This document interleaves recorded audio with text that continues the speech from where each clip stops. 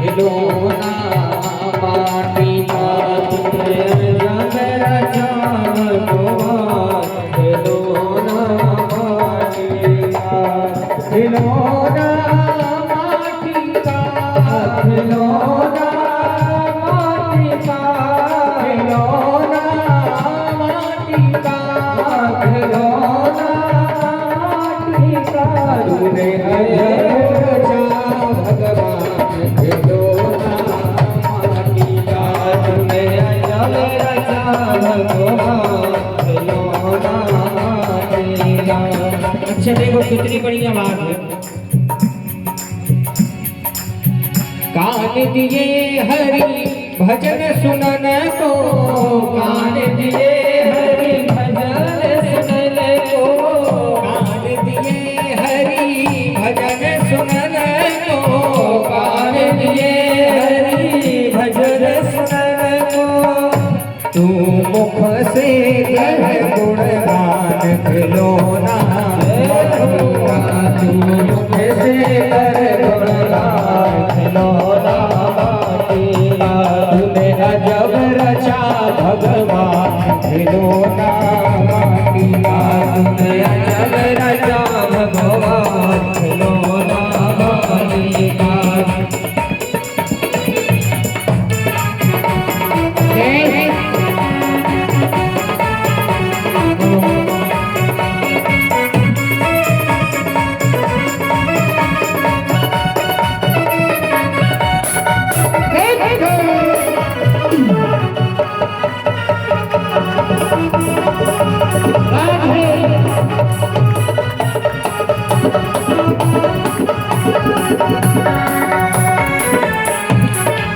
जीवादी हरि भजन करन को जीवादी हरि भजन करन को जीवादी हरि भजन करन को जीवादी हरि भजन करन को दी आँखें कर पहचान खिलौना माटी का दी आँखें कर पहचान खिलौना माटी का तूने अजब रचा भगवान खिलौना माटी का तूने अजब रचा भगवान खिलौना माटी का तूने अजब रचा भगवान खिलौना माटी का तूने अजब रचा भगवान खिलौना माटी। भगवान ने शरीर बनाया है बड़े सोच बचा और शरीर कैसे बनाया है बोले मिट्टी का शरीर है और अंत में यह मिट्टी में ही मिलेगा।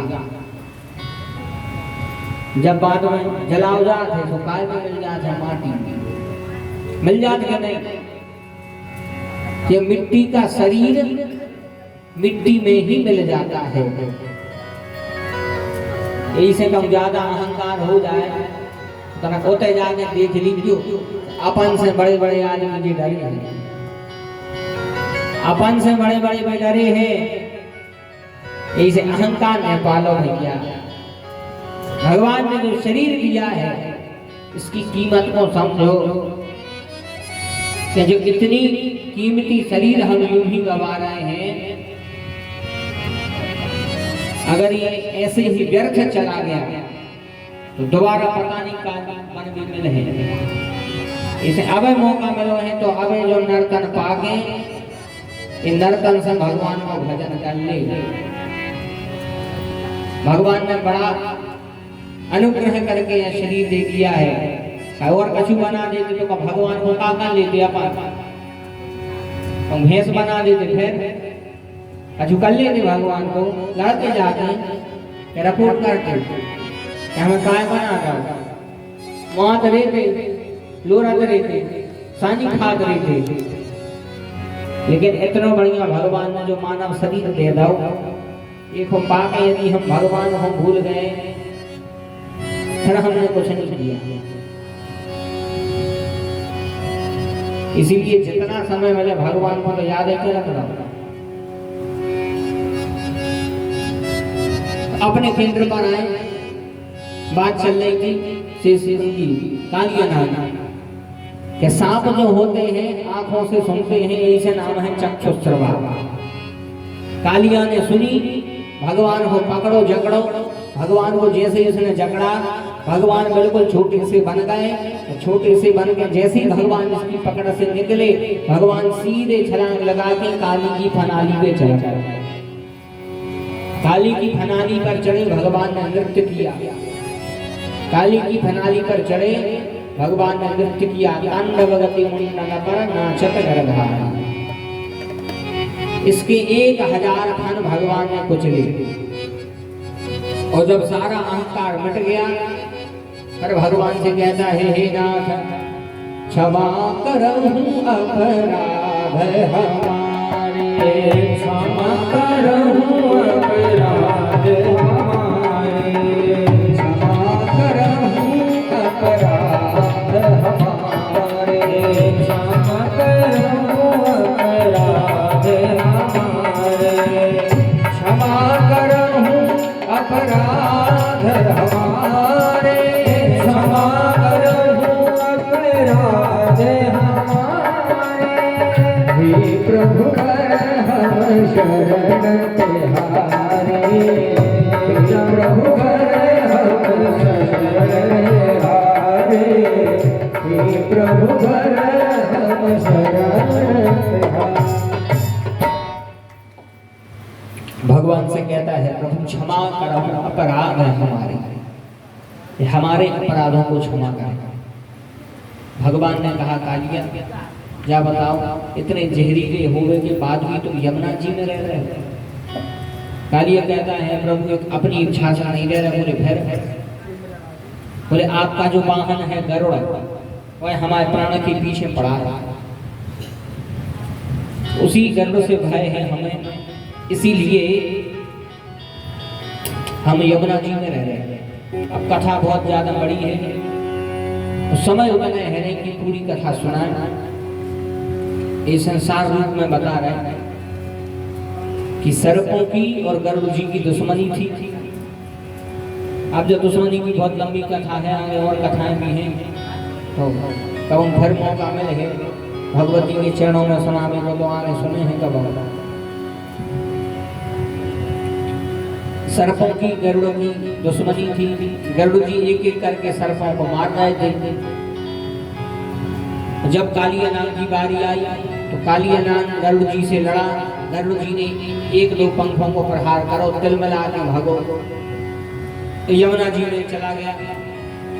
गरुड़ जी को श्राप लगी थी कि यमुना जी में जैन जाने पे हो, अगर यमुना जी में जा रहा है तो वही समय पर काम हो जाए, इसी समय मृत्यु हो जाएगी, सर के टुकड़े हो जाएंगे। ऐसे गरुड़ जी यमुना जी में जा नहीं सकते। तो कालिया नाग बहुत अच्छी जगह पे लगाई। कालिया नाग उतई यमुना जी के जल में क्वारंटाइन होगा। क्वारंटाइन तो समझ रहे हो, जैसे सूचक लगाते, ऐसे ही कोरोना में सब क्वारंटाइन हो गए थे, लॉकडाउन लागू तो जब ऐसे ही क्वारंटाइन होगा। कालिया कहते महाराज, जैसे आदमी को कोरोना को डर है, ऐसे ही हमें गरुड़ जी को डर है। कोरोना को जैसे डर लगा। अच्छा, कोरोना जैसे डर है, कम आदमी को अपने पापों से लगन लगे तो दुनिया में पाप हो बंद हो जाए। लेकिन अरे महाराज, कहाँ को का लगना है, कितना मिले मन बाज नहीं जाने। प्रयास करिए कि अपने सद्गुणों को पहचाने। जितना भी हो हमसे सदाचार होवे, दुराचरण ना होवे। कालिया कहता है आपके वाहन से खतरा है। कन्हैया कहते अब खतरा नहीं रहेगा, हमने अपने चरणों की चिन्ह तुम्हारे सर पे ठोक रहे हैं, सील लगा रही है चरणों की। अब जब गरुड़ जी तुम्हें देखे तो मार है तुम संजय राम जी की कर है, बोली वृंदावन में हरि लाल की जय। इस प्रकार कालिया नाग को भगवान ने रमण द्वीप में पहुंचाया और कालिया नाग तब से रमण द्वीप में रहने लगा। आगे कथा आती है कि वेणु गीत हुआ, भगवान ने ब्राह्मण पत्नियों को वचन दिया था कि शरद पूर्णिमा की रात्रि में तुम्हारे साथ में रास विहार की लीला करेंगे। तब भगवान ने ब्राह्मण पत्नियों के वचन को परिपूर्ण किया और आगे जो है भगवान रास विहार की लीला करेंगे। उस रास विहार की लीला के पूर्व भगवान की छोटी सी लीला है। भगवान ने श्री गोवर्धन धन लीला करी। भागवत में श्लोक आता है, भगवान पितत्रेव बलदेवेन संयुतः अपश्यन् व्यसन गोपान् इंद्रयाज्ञ कृतोद्यमान।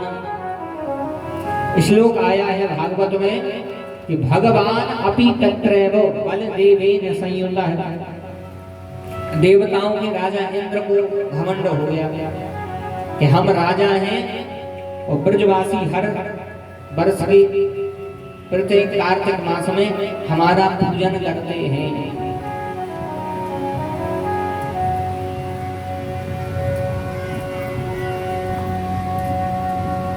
कार्तिक मास चल रहा था, दीपावली का समय था। सब ब्रजवासी अपने अपने घर में पकवान बना रहे थे, भोग बना रहे थे। अपने अपनी रसोई घर में समस्त ब्रजवासी भोग बना रहे थे। यशोदा मैया भी अपनी रसोई में भोग बना रही थी। पहले के समय कहते रसोई, फिर कहते चौका कहते हैं, कहूँ कहते चौका। जहाँ भोजन बना था उसे कहते हैं चौका। चौका यानी बोले चार बातों को ध्यान रखो जाए। चार बातों को ध्यान रखो जाए, कबे खाने, कितनों खाने, का खाने, कैसे खाने। इन चार बातों को ध्यान जहाँ रखो जाए उसे कहते चौका। कबे खाने, कितनों खाने, कैसो खाने, का खाने। कहूँ चौका कहते, कहीं कहीं रसोई घर बोलते हैं रसोई। अब समय बदल गया भैया, अब तो मॉडर्न आ गया है, ये मॉडर्न जनरेशन। अब ने रसोई बची है, ने चौका बचवा है, अब का बची है किचन। हाँ अभी देखो भैया सामने बैठ के कह रहे महाराज किचन। अब बची है किचन। बोले किचन को अर्थ बोले जहाँ किच किच किच किच मची दी है किचन। सास बहू की किच किच क्या हो रहा है। पड़ोसी कान लगा के सुन रहा कि जिज्जी बात अच्छी ठनी दो ही जनों में, अच्छी ठनी गई दो ही जनों में भी लड़ नहीं होते। तो जहाँ किचकिचिया मचोरे में बा किचन। अच्छा किचन को कोनो नियम धर्म नहीं है। इतने भक्त वृंद बैठे हैं।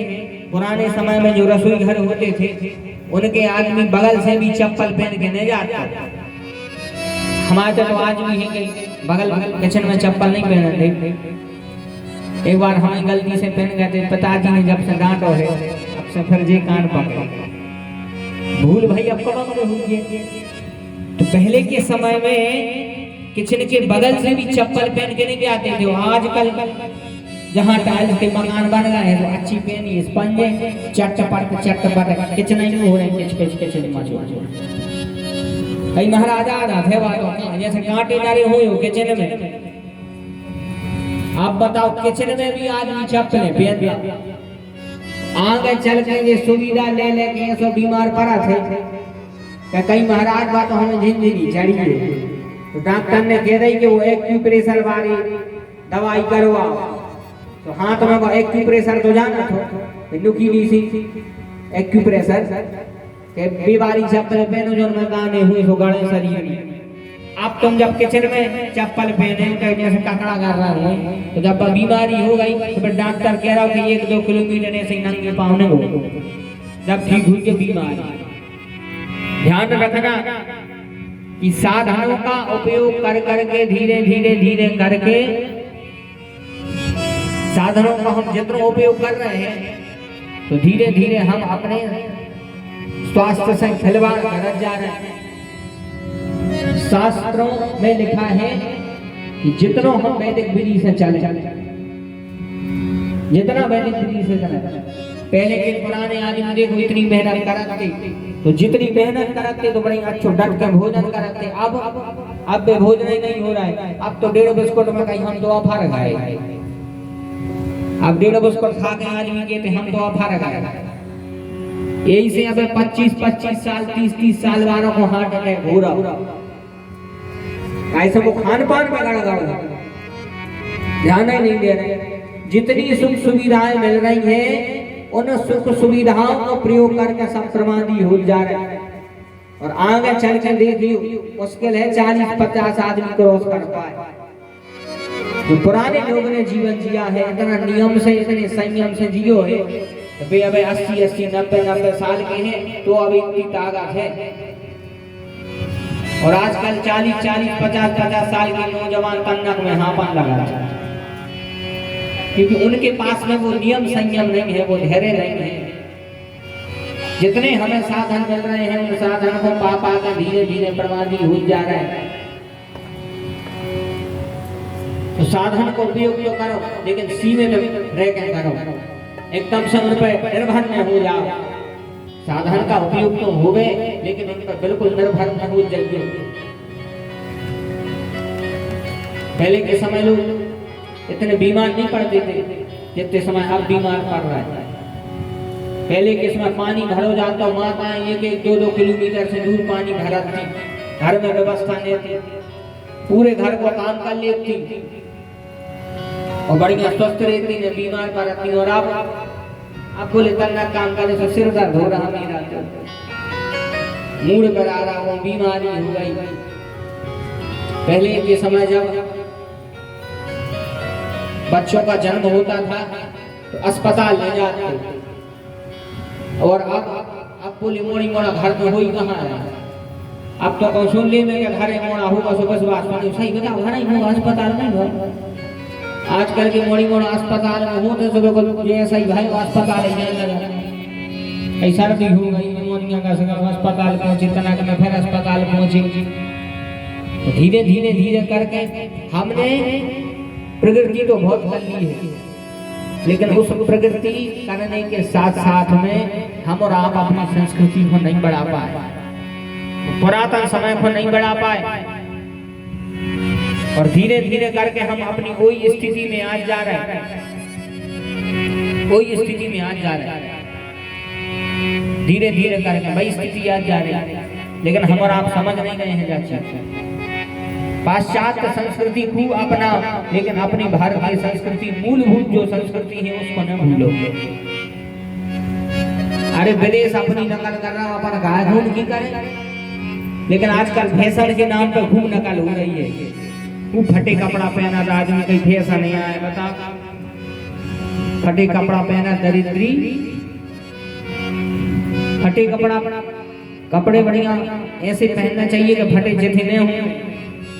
हम फटे चिथे कपड़ा रहे तो लक्ष्मी को वास नहीं हुई वो घर में। मनो आजकल फैशन के नाम पर भी फटे से पहन ले, कहीं फैशन नहीं आया महाराज। ऐसो कैसो फैशन भैया। तो धीरे धीरे करके हम अपनी संस्कृति को समझें, जो हमारी मूलभूत संस्कृति है उसमें आना चाहिए। आप लोग विचार करना इस बात पर। अब ज्यादा नहीं कह रहे हैं, कथा भी कर लें कि हमारा भाजी उपदेश दे रहे हो। बोले वृंदावन में हरि लाल की। कन्हैया मैया के पास में पहुंचे रसोई घर में, कहते मैया क्या बना रही हो? मैया कहती कन्हैया इंद्र के लिए भोग बना रही हूँ, प्रसाद बना रही हूँ, प्रसाद बना रही हूँ। कन्हैया कहते हैं कोई अमीर है, इंद्र कौन है? मैया कहती हैं कि जाओ अपने बाबा से जाकर पूछो कि इंद्र को आए। कन्हैया उसी समय बाबा के पास में गए, बाबा से कहते बाबा कोई अब इंद्र है, इंद्र कौन है? तब नंद बाबा कहते हैं परजन्यो भगवान इंद्र मेघस्तसमात मूर्तयः ते विवर्षन्ति भूतानां प्रीडनं जीवनं पयः। बोले परजन्यो भगवान इंद्र है। इंद्र जो है वे मेघों के स्वामी हैं, जल बरसाते हैं। इंद्र के कारण जल बरस रहा है। कन्हैया को हंसी आ गया।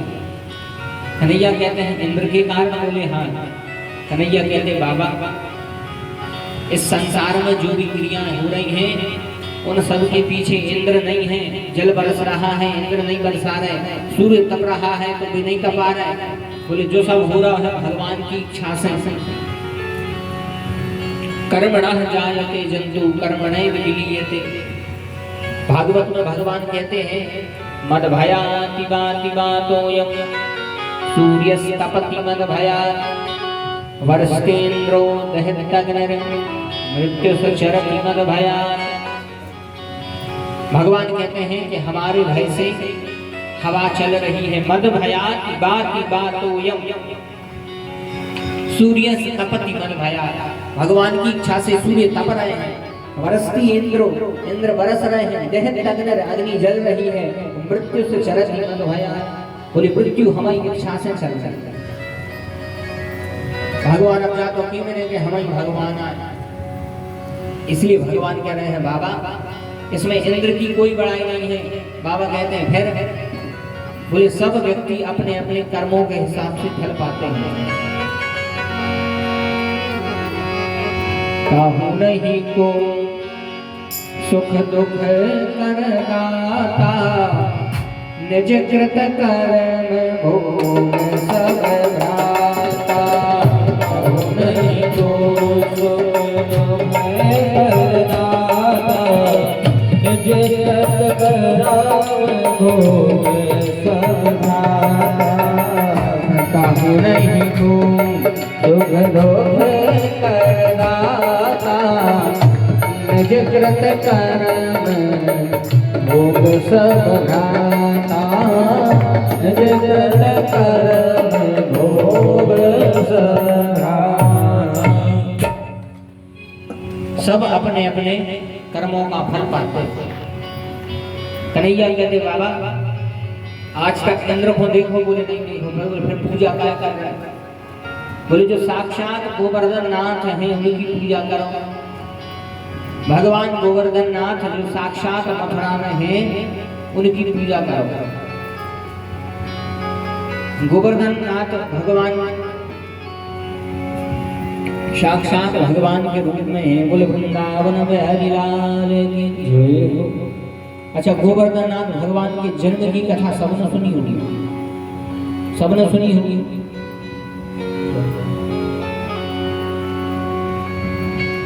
कि भगवान गोवर्धन नाथ मथुरा में कैसे पहुंचे, ब्रज में कैसे पहुंचे। तो बोले कथा आती है कि गोवर्धन जो है वह पर्वतों के राजा द्रोणागिरी। द्रोणागिरी के पुत्र हैं गोवर्धन। गोवर्धन द्रोणागिरी के पुत्र।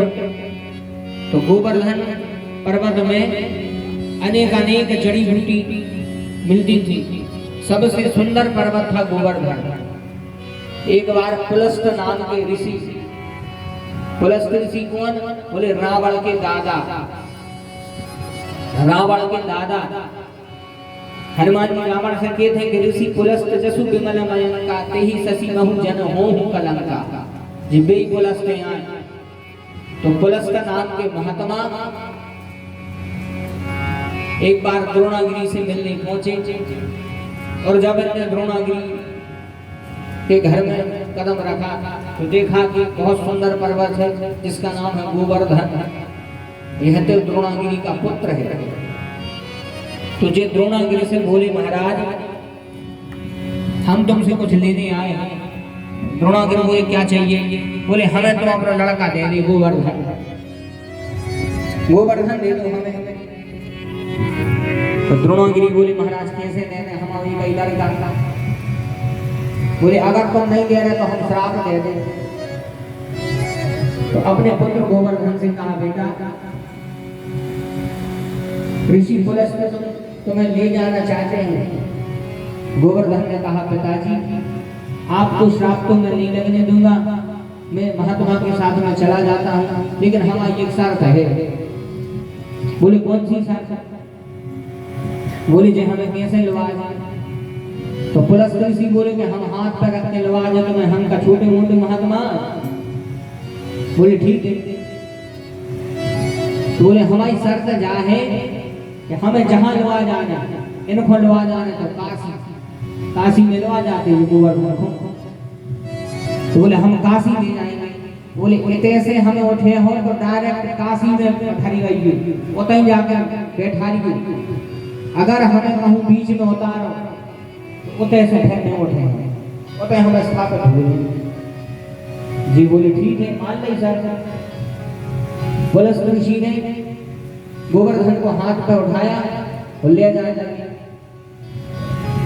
जैसे ही पुलस्त महात्मा 84 कोस में पहुंचे ब्रज की, जब गोवर्धन ने दर्शन करे 84 कोस के तो गोवर्धन को एहसास होगा कि इसी ब्रजमंडल में हमारे आराध्य भगवान कृष्ण अवतार लेने वाले हैं।